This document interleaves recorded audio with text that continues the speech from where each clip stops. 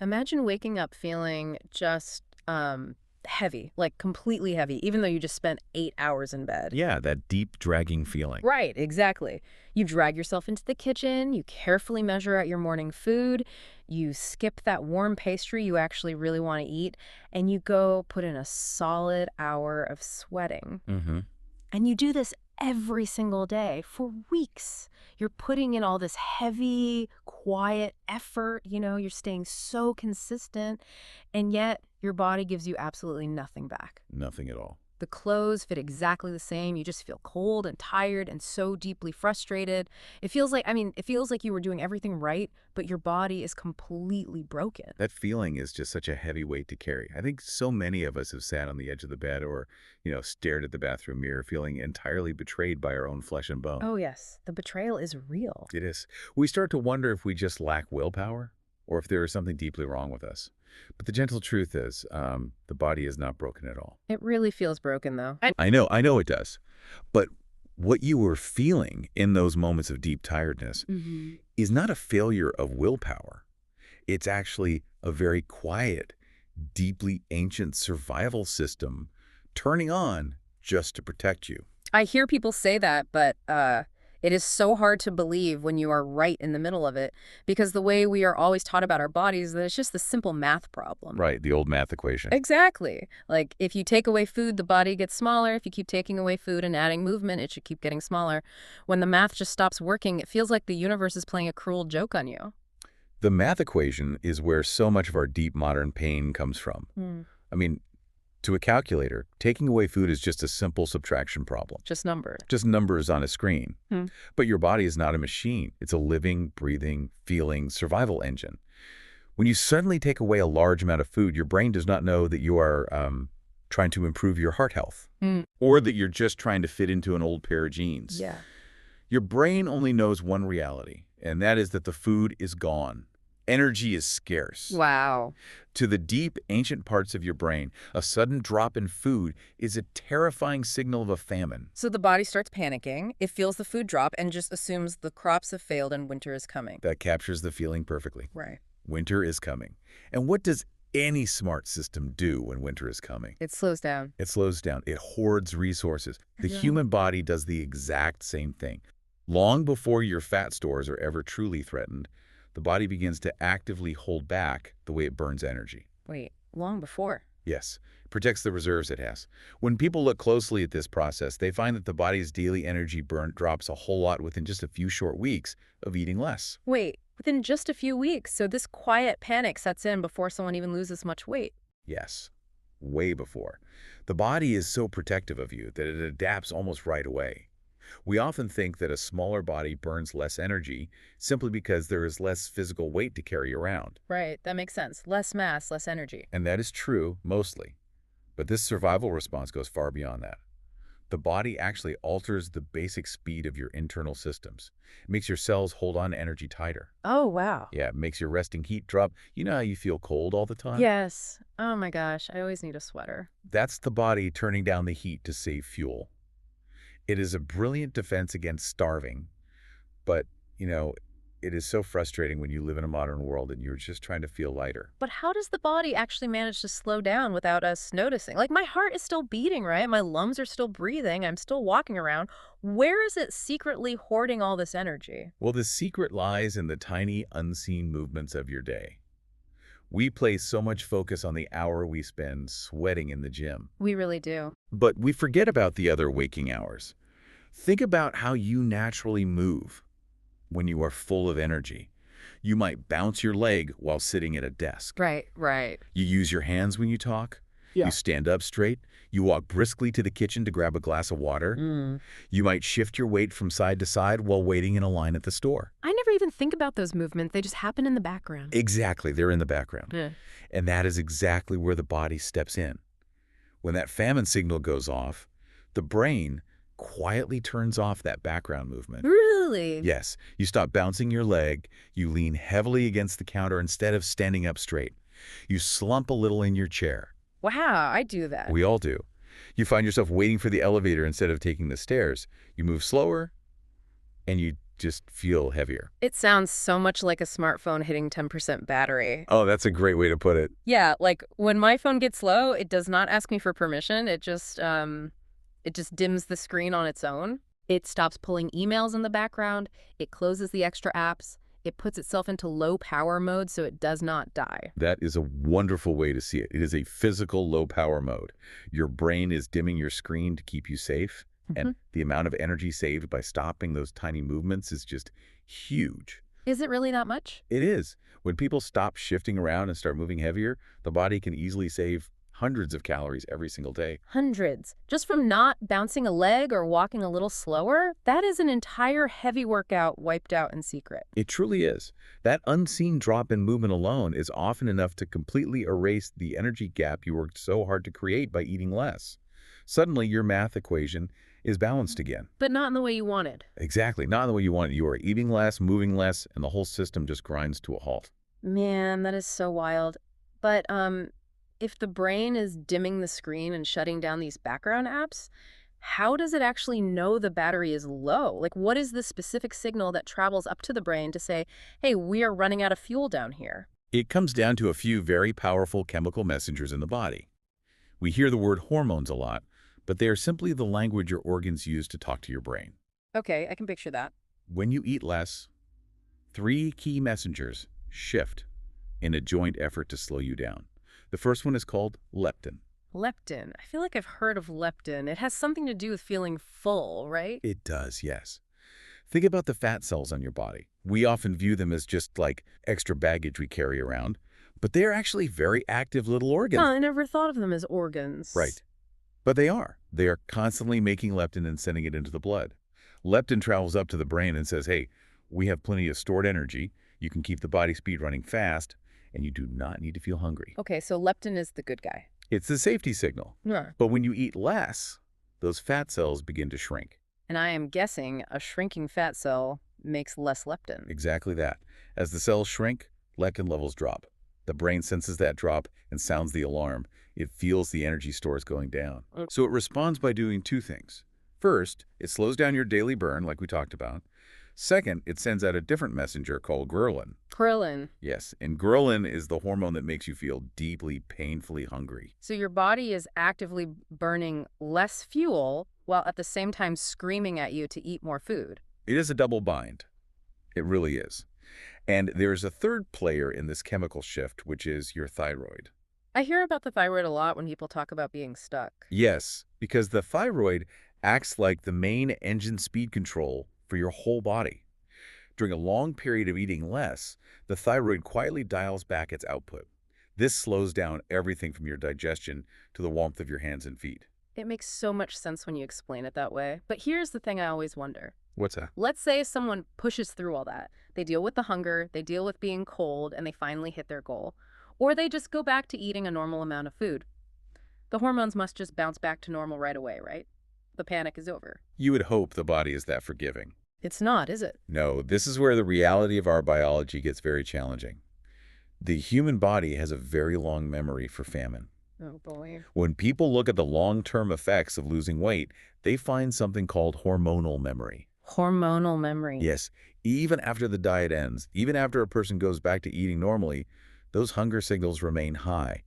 The leptin remains low. Wait, really? Yeah, the body holds on to that chemical panic for months and sometimes for well over a year. Wait, a whole year. My body holds a grudge for an entire year. It really does. If the deck is stacked this heavily against us, why does anyone ever try? It feels like your own cells are actively fighting you and they refuse to let it go.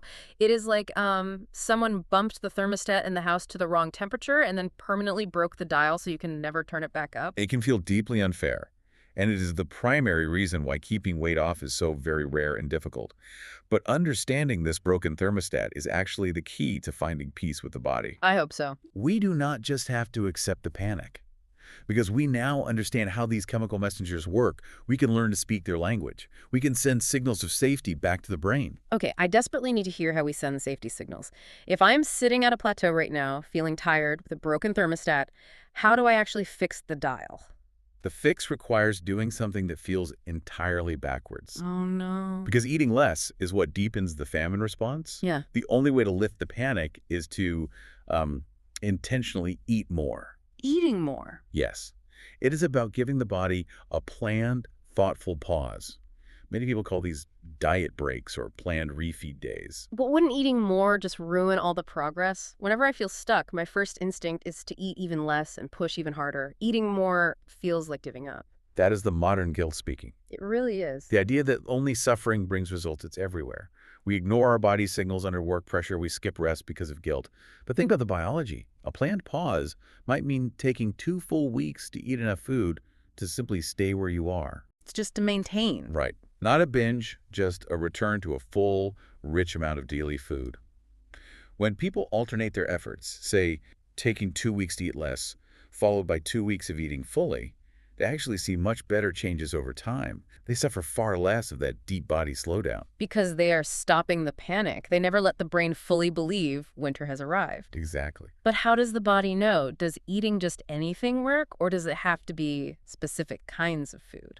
It is amazing how picky the body is. It comes back to leptin, that hormone that dropped when the fat cells shrank. To get leptin to rise again and tell the brain we are safe, the body responds best to complex carbs. Like what? Warm bowls of oats, sweet potatoes, brown rice. Oh, I love sweet potatoes. They are wonderful. When you eat a complex carb, your blood sugar rises gently. Your body releases a messenger called insulin to handle that energy, and insulin travels right to the fat cells, telling them to push more leptin into the blood. So it is a chain reaction. The sweet potato triggers the insulin triggers the leptin, and the leptin tells the brain to calm down and turn the heat back up. That is beautifully said. Fats and proteins are wonderful for many things, but they do not spike leptin the same way. So by carefully raising your food intake with good earthy carbs, you are directly talking to your brain's security system. It's essentially like waving a white flag made of sweet potatoes to your body. You are saying, look, we have a harvest. You can unlock the doors and start burning fuel again. A physical white flag. I love that image. It shifts the entire focus from fighting the body to, well, comforting the body. Okay, so the white flag fixes the hormone panic. But what about the physical engine of the body? If I am eating more food to calm my brain down, I feel this deep guilt that I need to go run 10 miles to burn all that extra energy off. We are always told that running is the ultimate answer. Running and moving the heart is beautiful for a long life and good blood flow. But if we are talking about protecting your internal fire, endless running is not the answer. The real machinery that burns energy on your body is your muscle tissue. Muscle is deeply expensive for the body to keep around. It requires constant energy just to keep it alive on your bones. Like a high maintenance plan. Exactly. If you lose muscle while you are eating less, your daily energy burn just crashes. So the goal isn't just to weigh less. The goal is to keep the muscle safe. Always. And the way you keep muscle safe is by asking it to do heavy things. Lifting weights, doing heavy movements. When you ask the muscle to lift something heavy, it sends a signal that this tissue is needed for survival. So the body won't eat its own muscle. Right, the body will not break it down. And even better, building and fixing that muscle creates a massive demand for energy. I have felt that before, the day after carrying heavy boxes or doing a hard strength session. Yeah. I feel incredibly warm all day long. What you are feeling is the afterburn effect. When you challenge the muscle fibers, they need to be fixed. That fixing process is intense physical labor. For up to 36 hours after a heavy session, your body continues to pull energy from your fat stores just to fix the muscle. Running simply does not offer that long, extended healing burn. And to fix that muscle, it needs building blocks, right? Like protein. Yes, it needs protein. Protein is the anchor of this whole process. Not only does it rebuild the tissue, but protein itself takes a massive amount of energy just to digest. Really? Just to digest it? Yes. Your body works so much harder to break down a piece of fish or a bowl of lentils than it does to break down an apple or a spoon of oil. I am thinking about how this plays out in real life. If someone is stuck fasting every morning, running on a treadmill, and eating tiny salads, they are basically doing the exact opposite of everything you just said. There is a story of a young man from Brazil named Gabriel that shows this perfectly. He was in his 30s working long hours at a desk. Sounds familiar. Right. He wanted to feel better, so he started fasting every day. He drank coffee to kill the hunger. He ran for miles every single evening, and he ate very little protein. For a short while, he felt lighter. But then he hit a massive wall. The scale stopped moving completely. He was exhausted. His hair was thinning, and he felt cold all the time. Because his body was eating its own muscle for energy, and his engine shrank to match his tiny food intake. That is the quiet tragedy of doing what we think is right. But Gabriel decided to listen to his body instead of punishing it. He stopped the endless running. He added just 2 days a week of lifting heavy things. It's good for him. Yeah. He started eating whole eggs, fish, and rich beans to raise his protein. He ate more food, not less. Let me guess. The magic happened, and the scale dropped 20 pounds overnight. The most fascinating part is that the scale barely moved at all. Wait, really? But his body completely changed. His clothes fit loosely. His energy returned. He felt warm again. Because muscle is dense and heavy, the scale stayed the same while his body shed the fat and built the physical engine. Because the little plastic square on the floor was lying to him. It cannot measure the health of the engine. It only measures the total pull of gravity on the car. That is a brilliant way to frame it. The scale is a terrible tool for measuring your actual wellness. Okay, so we have the diet breaks, we have the sweet potato white flag, we have the heavy lifting and the protein. But what if someone is doing all of that? They are resting, they are lifting, they are eating protein, and they are still deeply stuck. What is the hidden trap? The hidden traps are the conditions of your everyday life. You can have the perfect food and the perfect movement, but if your internal world is stressed, the body will still lock down. The two biggest silent factors are sleep and stress. Sleep always feels like a luxury we are supposed to give up to prove how hard we work. It is a global wellness tragedy. We wear lack of sleep like a badge of honor. Late night screen time, staying up to work. Oh, I'm so guilty of that. We all are. But inside the body, missing sleep is a disaster. When you do not sleep deeply, your hunger hormone, ghrelin, spikes up high.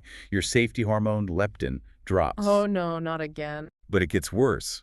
When people who lack sleep try to get smaller, their bodies actively refuse to burn fat. Instead, the body strips away the muscle tissue. Just from being tired, even if they are eating the exact same food. Even with the exact same food. The lack of sleep signals a deep threat, and the body hoards the fat to survive it. Protecting 7 to 9 hours of rest is not a luxury. It is a deep physical need. And I imagine stressed is the exact same thing. Stress is perhaps the loudest alarm bell of all.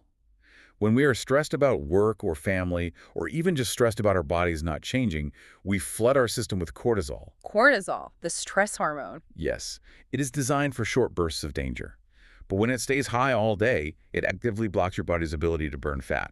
And it mostly tells the body to store deep fat around the belly, right near the organs, just in case things get worse. Cortisol sounds like a highly stressed warehouse boss. Like the boss is panicked about the supply chain, so he starts hoarding extra boxes right in the middle of the warehouse floor, refusing to let anything leave the building because he has no idea when the next shipment is coming. A panicked warehouse boss is the perfect image. The belly fat is the hoarded boxes, and you cannot reason with a panicked boss. You have to lower the stress to make him feel safe enough to open the shipping doors. There is a story I heard once about a woman named Miriam that reminds me of this. Oh, I think I know this one. Yeah, she was a nurse in South Africa working these brutal rotating shifts. She was stuck in a rut for 8 full months. Her doctor gave her the classic advice, just eat less. It's always that advice. Right. So she dropped down to eating less than 1,000 calories a day. She was dizzy, exhausted, stressed from the hospital, and her body refused to change. Eating under 1,000 calories while working on your feet all day is a perfect recipe for total survival lockdown. Her warehouse boss was barricading the doors. Exactly. But eventually she shifted her entire approach. She stopped starving. She raised her daily food by 400 calories. Good. She made her sleep a priority, even with the strange hospital hours. She started lifting some weights and making sure she had protein at every meal. And by eating 400 more calories a day, she finally felt safe, and her body let go of all that held weight over the next few months. It completely shatters the myth we are all sold about eating less and running more. Miriam's story is such a beautiful picture of the wisdom of the body.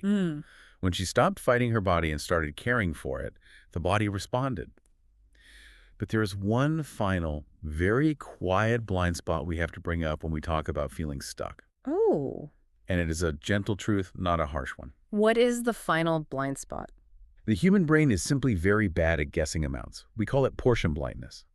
When people truly track how they eat, they find that almost everyone guesses wrong by a huge margin. Yes, and it is never a moral failing. It is just a blind spot.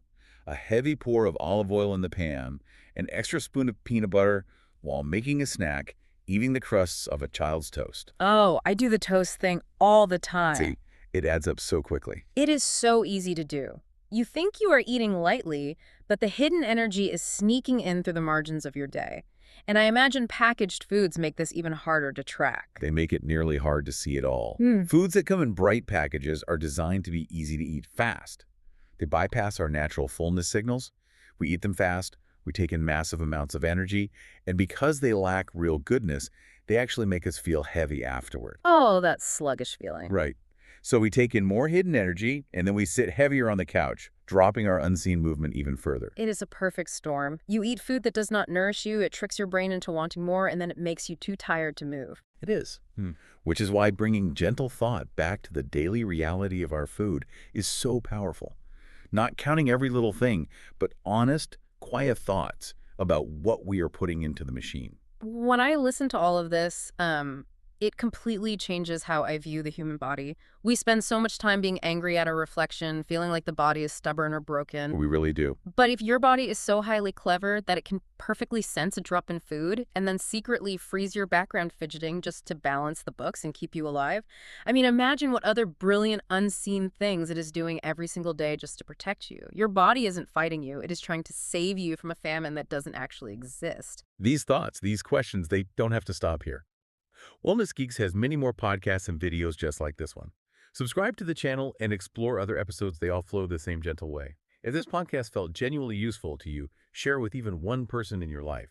That one share can bring a real change in someone's life, and it helps Wellness Geeks reach more people who truly need this. If this brought you real value, please support it with a super thanks. Every small bit of support keeps this channel going strong. Thank you so much for being here.